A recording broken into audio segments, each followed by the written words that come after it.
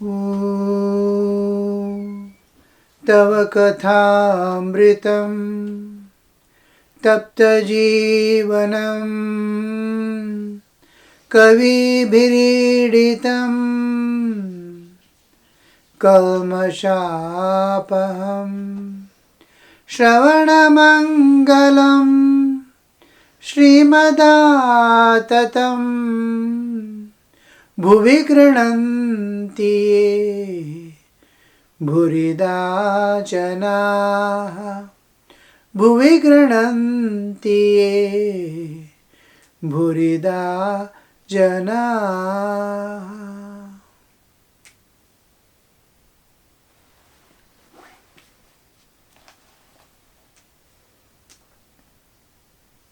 Sri Ramakrishna was describing bhava, how the normal devotion, bhakti at the lowest rung develops and expands in slowly how it expands to the level of one-pointed love for God, and then enters into bhava, the ecstatic love of God.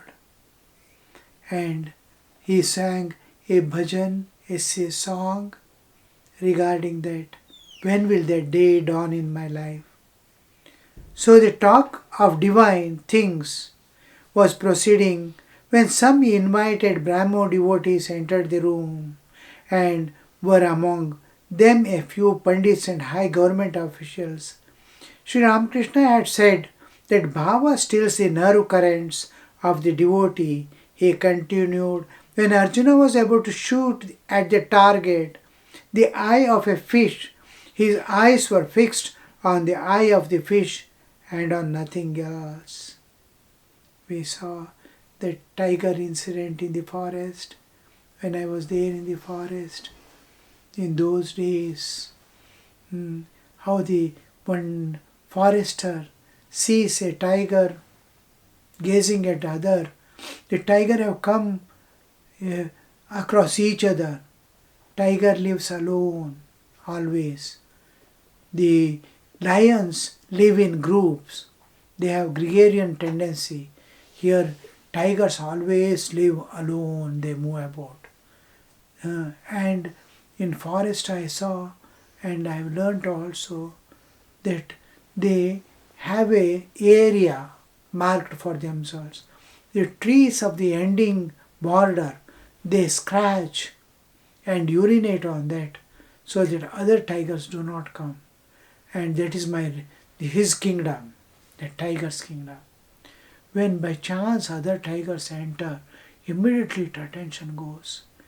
And the tiger they have encountered each other somewhere, and they are ready to fight. They are sitting gazing at each other. Hours pass. Now and then he finished his food and came. The tigers are sitting in the same position looking at each other. Slightest diversion, the other will jump upon it. So their night has passed. Morning you saw the tigers whole night are watching each other and sitting without a diversion. How much of concentration? I see here sometimes lizards, like meditation, deep meditation, without movement. They'll be just sitting, watching 360 degrees with their eyes. Anywhere any prey comes, it slowly turns its face and concentrates. And it walks in such a gait towards it, slowly and extremely slow. And finally it catches it. That attention, that undiverted, how that nerve currents become zero. And next day, he shoots that one of them, and it immediately jumps on the other and kills the other. Both die. How that nerve currents remained no movements of any type. Other animals may be shouting this, that. It is just watching each other. Nerve currents. What is nerve currents? That seizes all movements, including breathing. So even breathing, it stops off. Day before yesterday, in one of the devotees' house, I am in US, one person was singing in the evening. The whole world is as if calm, and we are in a joyful mood, reading and thinking of divine. The singing was going on, and one after the other songs. In between, we felt very difficult even to breathe. The breathing sound would disturb us, our mind, as if. Such a calm thing. And, this should not be disturbed. Even breathing would disturb it, it was looking. Our own breathing. That kind of hush, that kind of the opening of the divine, that our whole world and worldliness are eliminated from the awareness. So that kind of bhava.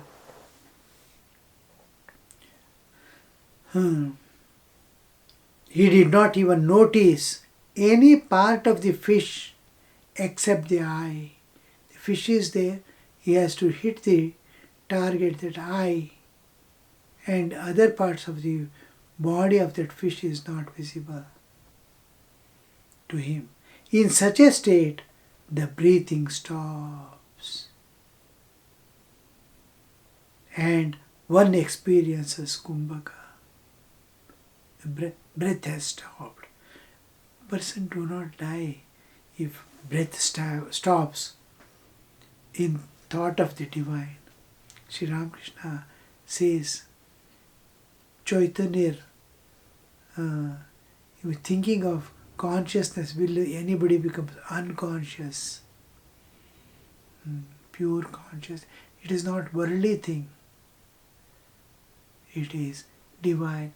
Your own inner being, which is energizing and giving life to this body, is there in front of you as the objective Chaitanya. You are there, pervading the inner and outer. Where is death? Where is fall of body? Body is a small thing that is lying in your existence. Till then, you were there in the body. Now body is in you. Where is death? Breathing stops and experiences Kumbhaka. Another characteristic of God vision is that great spiritual currents rush up, exactly opposite, along the spine and goes towards the brain. If then the devotee goes into samadhi, he sees God. The current. Now, the basic power of existence. The jiva has come into this universe by the will of divine. Mother wills. The basic, the early drive of nature. I will become many. At the time of creation, the Srishti Bija, that Srishti Bija is emerging, it is going to germinate. The creative impulse has begun. The creative impulse is going to germinate now. A thought comes in that power, I will become many. So expands the universe. The expansion of universe from that one, it is like a seed which is going to germinate. The whole seed is a living entity, and it is within itself, it is as if it is undergoing the antardhyana of having become one within oneself, and it's going to germinate. The thought comes, I will become many, and in that process I will become many. There appears so many jivas. And once the consciousness, infinity, appears as small sparks and enters the Prakriti, when it enters the Prakriti, the energy which brought the Jiva into Prakriti remains with it and is called Kundalini. And it is kept there, it remains there with that Jiva to take it back to the source again. Just like we pump the water into the tank, the energy that you supply to make the water reach the heights in a tank remains with the water to bring it back through the tap. So that energy, which is the Jiva, is going to take it back to the, is called Kundalini. It's at the base of the Jiva's existence, bodily existence. And when it reminds of the source, the Satchidananda Sagara, it wants to go back. Just like a child has been sent to school, a far off school, and he has been put in the hostel. The child, now whenever it remembers the mother, tears flow from his eyes. I want to go back to mother. I don't want this school. I don't want this hostel. I want to go back to mother. That urge to go back, drive from within, how it pesters that jiva. Like that, when it remembers, when it is playing with children in the playground, it is playing nicely. When it remembers mother, it is not able to bear all this play and all things insipid. Oh, I don't want all this. I want to go back. So like that, when jiva thinks of divine, it has left the divine. The real divine identity is within, which is missing, and identity of this body. Each time he sees, I want to reach that state. Then the upward onrush of that current, as if it is going to leave that body and go away into the absolute, that current flows. That current Sri Ramakrishna is talking about. Another characteristic of God vision is that great spiritual current rushes up along the spine. Spine is the various layers of consciousness. Bhu bhuva swaha majanatapa satyam. These, the levels, each level of consciousness, Muladhara Swadhisthana Manipura Anahata Vishuddha Agnya. These are the various levels of consciousness. Each level of consciousness, a world stands in front of you. Higher level, the whole thing changes. I am seeing another aspect of the same world, another aspect of the more real, more brightness, more freedom, more joy. As we come down, less joy, less freedom, all this. And when we go below the other lokas, Atala Vitala, you will see that more bondage, more suffering, more joy as you go up, as you come down. So these are the levels of consciousness which you can pass. Bhubhosva, the Muladhara Swadhisthana Manipura Anahata Vishuddha Agnya. These in the Puranas, it will be Bhu Bhuva Swaha Mahajana Tava Satyam. In Tantras, it will be Muladhara Swadhisthana Manipura. Vedic and the Tantric way of expression of the same reality. We have got now. It is expanding. Consciousness is expanding, so it reaches the higher levels of consciousness. It's rushing up. So that onrush of current, he is having partial understanding and experience of God. God's experience expands from the lowest of understanding level to experience level. Experience level begins with the spiritual awakening, and he enters into Samadhi sthiti, where he comes in face to face with God, independent of body-mind complex, which is tuned to the external world, that disappears. The spiritual existence comes into picture, and this onrush, this is what Sri Ramakrishna is telling here. Another cast of God vision, God vision. This God vision is, it need not be the with form, and it is guna pradhana. Rupa can be there, Rupa need not be there also. For example, when I say my father has gone to office, I don't see the Rupa. I don't see the guna also. His existence alone, like that, exists. It goes on expanding. In between comes the Rupa, and again Rupa disappears, and we go towards the Arupa, Nirguna Nirakara, through Saguna Sakara, passing through Saguna Sakara. Before the Saguna Sakara Rupa, our Ishtadevata comes. Many stages you are passing through of God experience.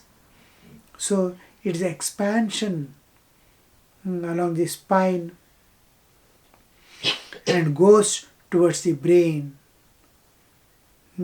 If then the devotees enter into Samadhi, here you see, if then enters into Samadhi, he sees God. This is God experience. Seeing God with the Nama Rupa is a particular stage. It is like a train is going, at a particular station it is stopping, and you are getting down and looking around, again climbing and going ahead. So this getting down from the move and localized a particular important station called the Anahata Chakra. When you get down, you are in the Samadhi sthiti, or you are on the run. So here you stop and enter into the Samadhi sthiti. You are entering, you can bypass also. You can enter into Samadhi also. You can end if you, instead of going ahead or going by bypass, there are three ways. You can shoot off, you can take a diversion, or you can land for a while and then go again. This landing is called Samadhi. So I am entering into Chidakasha, space of consciousness within myself. There I experience the Saguna Sakara Rupa of God. This is, you see God, you talk to Him, you intimately, He appears to you as in the same form as you are longing to see Him. If you want to see Him as Krishna, He appears to you as Krishna. God is one actually by Himself. He has no color at all. He has no Nama Rupa Guna. As per the devotee's wish, he takes the Nama Rupa Guna and appears. Suppose there is a sugar cake or some sweet meat. You can bring it to any shape. Suppose sandesh. You can make it in the fish form, or you can make it in the frog form. You can make it in a biscuit form. Any form you can give. It is sweet only. The same taste, same thing, but different forms. Any form it can take. Like that. By itself, sandesh doesn't have any form. Whatever form you give, it takes. You can make it a ball also. So these formations, whatever you want, like water also.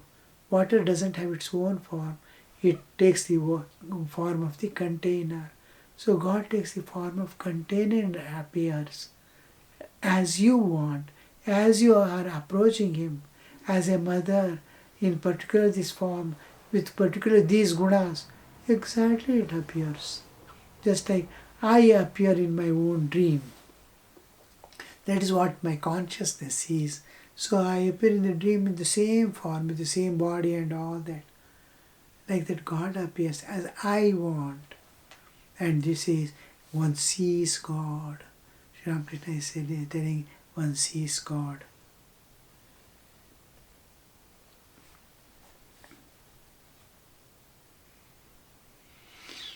Looking at the Brahmo devotees who had just arrived, Master said, mere pandits, devoid of divine love, talk incoherently.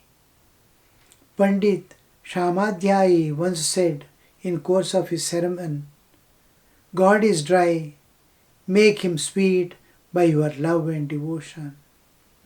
Imagine to describe God as dry, whom the Vedas declare as the essence of bliss. Raso Vaisaha. It makes one feel that Pandit did not know what God really is. This is why his words are so incoherent, not giving proper meaning. Sri Ramakrishna uses the term Raso Vaisaha. Vedas say Raso Vaisaha. He is of the rasa, the juice of immortality, of bliss, Ananda. He is Ananda Sagara. He is Anandamrita. And people say he is dry. He is what gives all joy and bliss to others. To make the dry wet with my love. How it looks like, Sri Ramakrishna is telling. Oh, he doesn't know. Pandits deprived of love of God is just pandits. They cannot be coherent in their expressions. A man once said, there are many horses in my uncle's cowshed. Horses, when we say where we keep horses, we call stable. When he says cowshed, Ramakrishna uses that term, you see. It is wonderful expressions.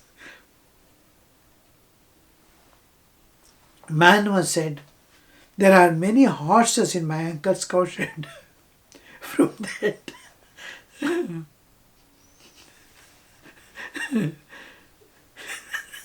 if it is cowshed, Sri Ramakrishna says no, you see. However, that one could know that man had no horses at all. No one keeps horse in a cowshed. One is for the formation of cowshed and horse stable are different. The horse never sits on the ground. Throughout its life, anytime a horse sits on the ground, it is sick. Its last days have come. Otherwise, all through its life, it will be standing. It has 4 legs. One of these legs is left loose, that it takes rest, total rest like sleeping. And then it enfirms the leg and another leg it after some time. All the legs are getting rest, but it always stands. Cow is not like that. Once its grazing is over, it immediately sits down. and goes on chewing the cud. So there is lot of difference, and sheds are made in different formats are different. Cow cannot, cow can eat grass from the ground. The horses do not have the molars to crush the, so it bites with the front teeth little by little, like a rabbit eating. Cows, horses grazing is just the edge is sucking by, it's cutting with the front teeth, and it has to go for digestion straight away. Cows don't, they grab in mouth and then swallow and then sit and bring it out and chew and again put it inside. There is a storehouse in the stomach, but in horses they don't have. Horses, they tie a bag in the front in which what it has to eat, either the cut grass or the horse gram is put in that. So when he says it is the Sri Ramakrishna is commenting from the man, know that there are no horses at all. Om Shanti Shanti Shanti Harihi Om Tat Sat Shri Ramakrishna Arpanamastu.